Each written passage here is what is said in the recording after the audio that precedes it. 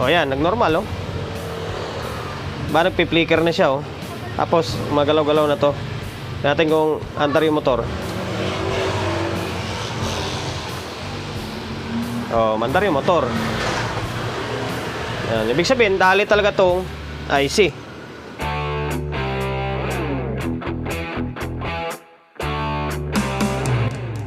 Welcome to my vlog. For today's video, eto, meron na naman tayong uupirahan.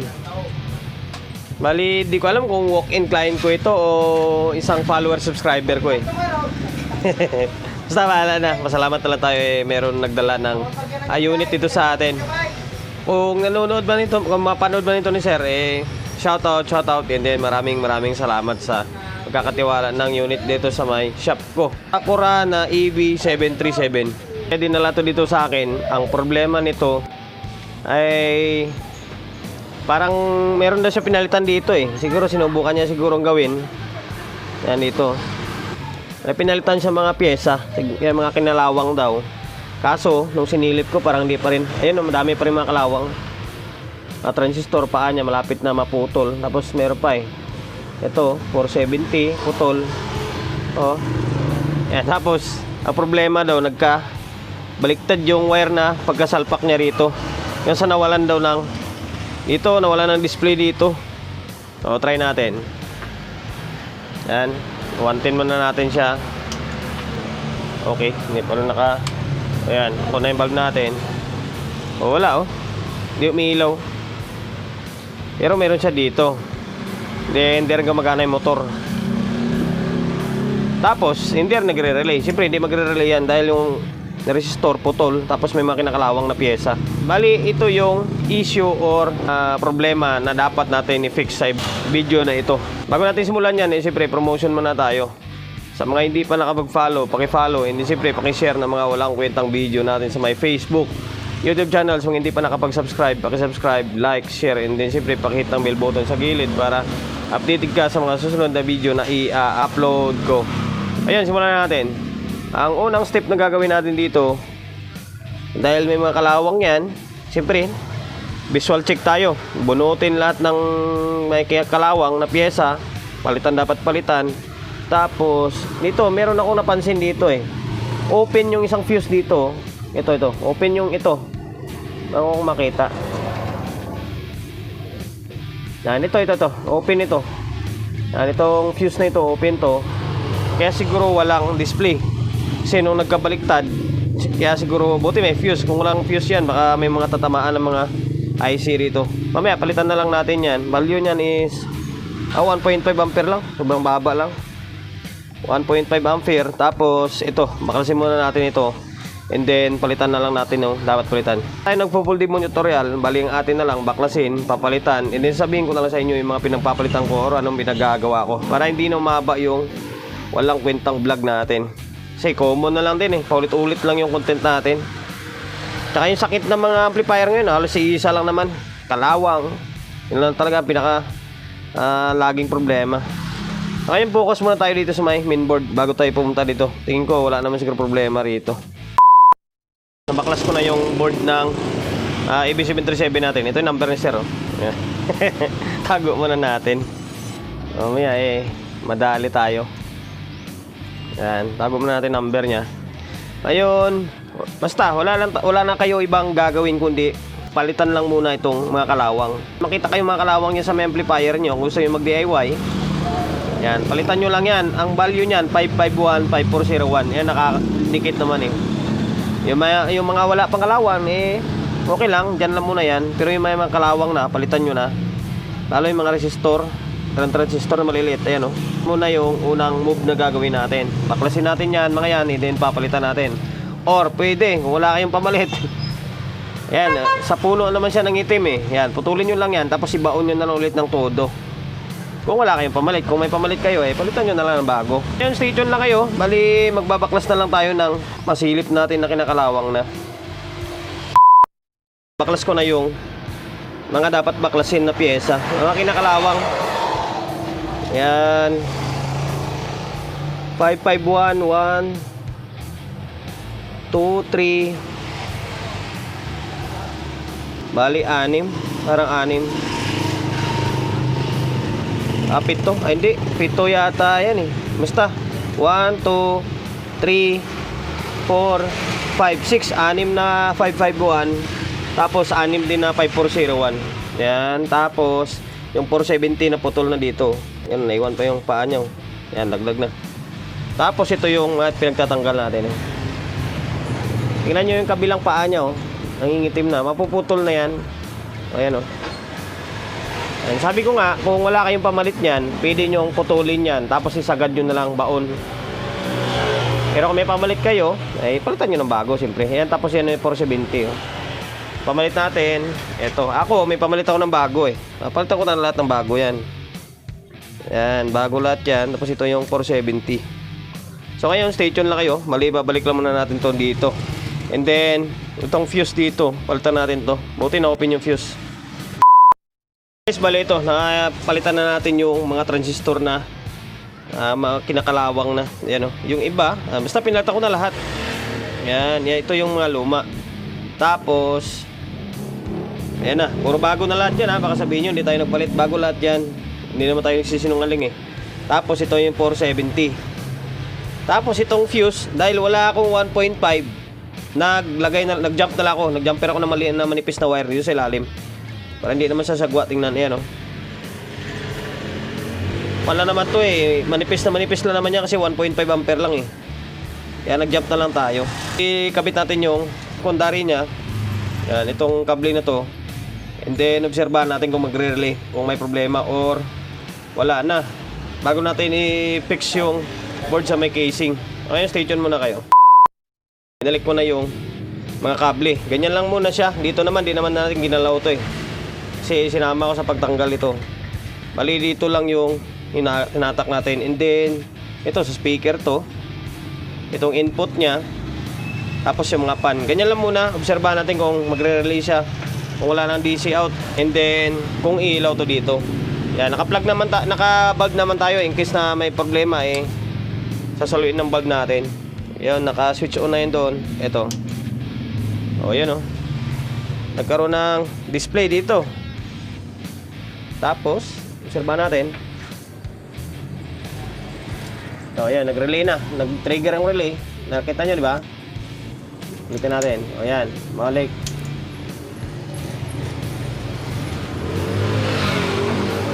Matagal lang yung delay niya kasi iikot mo na yung motor dito eh. O, yan. Nag-relay. Ang problema, yung motor hindi na sumasabay. And then, nawala dito ah.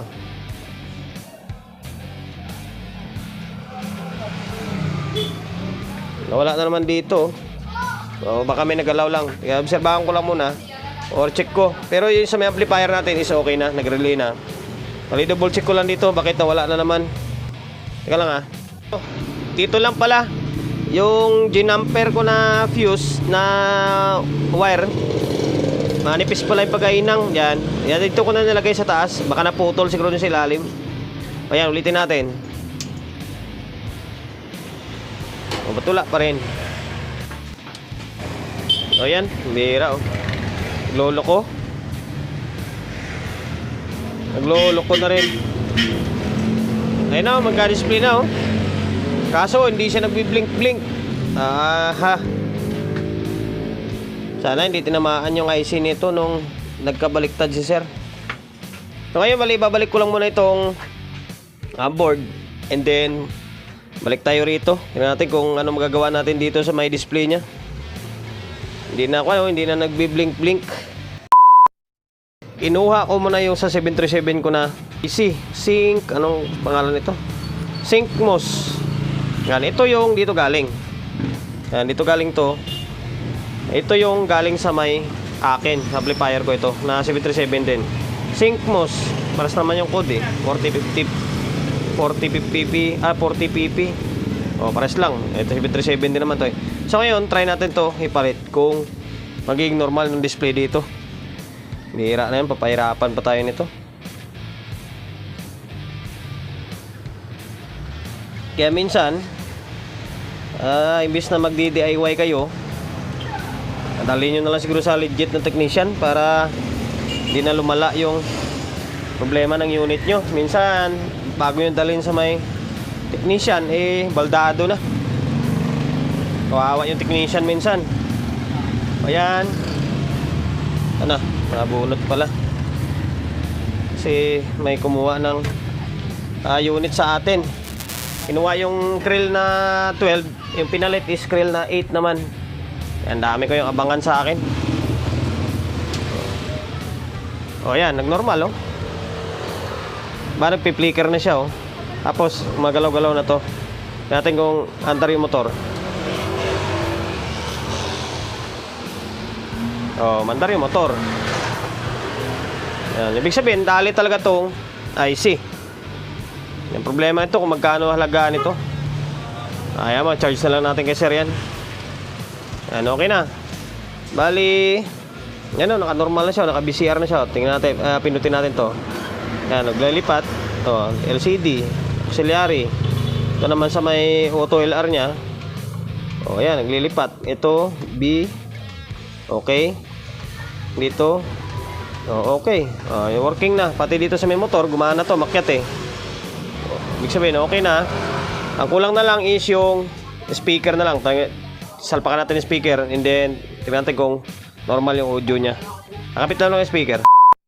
Dinalik ko na yung board na dito. Mamaya na lang to. Mamaya ko na iusin to. Mamaya ko na itatali ulit. Maglagay muna tayo ng audio para matapos na yung walang kwintang vlog natin.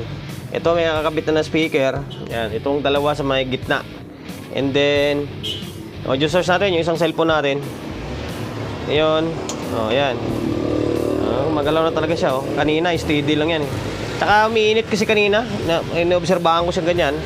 Mainit. Yan lang, medyo may maingay na tunog. Dahil di yan sa motor. Yan. Yung motor niya, medyo may problema rin. Hindi nasasagad. Hindi na nasasagad. Okay, teka lang. Ayan, mandar na yan. Sana wala na ibang problema. Ayun, naka-DVD. Tingnan natin kung na tayo naka-DVD. Okay, sakto. Ayan o, audio na.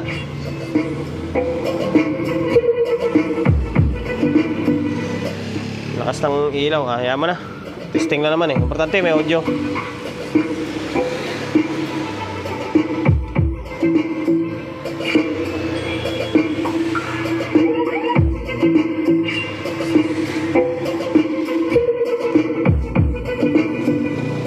Yung 737 talaga iba pag bumayo.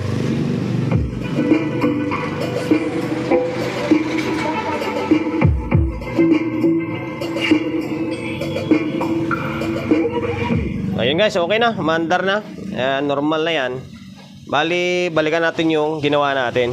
Una, dito nag-repair tayo rito or nagpalit tayo ng ano yun, nagkakantalaglagan na yata yun ah. Ano ba yun? Ayun oh. Yan, mga transistor na kinalawang na. And then yung 470 na isa na yan putol. Tapos ito, fuse dito. Open yan dyan dahil kabaliktad si sir. Yan, isang fuse dyan. And then yung last move na ginawa natin na itong IC. Ito normal oh, wala nga halos kainit-init oh. Yung isa kasi, sana ba yun? Ito nung isa, mainit ito. Nadali nung ito yata yung nabaliktad doon. Basta mayroong nabaliktad doon si sir dito na supply eh. Na pag-twist ng socket, nabaliktad. Yung voltahe napunta doon sa mga ibang signal na walang voltahe dapat. Kaya minsan, ayan, pag gusto mo mag-DIY, susugal ka ng unit mo. Ayan, okay na to. Pinalta na natin itong IC. I-charge na lang natin to kay sir, siyempre, para kahit pa paano, pamalit tayo. Kuan muna to, yung sa akin to eh. Sa 737 ko nandun sa loob, yun oh. Yan, yung silver na yun. Yan, kinuha ko muna. Then, para matapos mabuo natin yung unit na ito. Order na lang tayo ulit ng para sa atin. Okay na yung Sakura na EB737 mo. Back to normal na. Yun, promotion. Bago tayo magtapos, siyempre, shop natin. Always on Laguna, 24/7. Sa mga gusto magpaparepair along sa Uyo, Quezon City, ay number 41, Don Julio Gregorio Street, sa Uyo Road, sa Uyo, Quezon City. Social media pages natin, sa mga hindi pa nakapag-follow, paki-follow, hindi siyempre paki-share ng mga walang kwentang video natin sa may Facebook, YouTube channel. So, kung hindi pa nakapag-subscribe, pag-subscribe, like, share, and then siyempre pakita ang bell button sa gilid para updated ka sa mga susunod na video na i-upload ko. Ingat, God bless, and then peace atin lahat.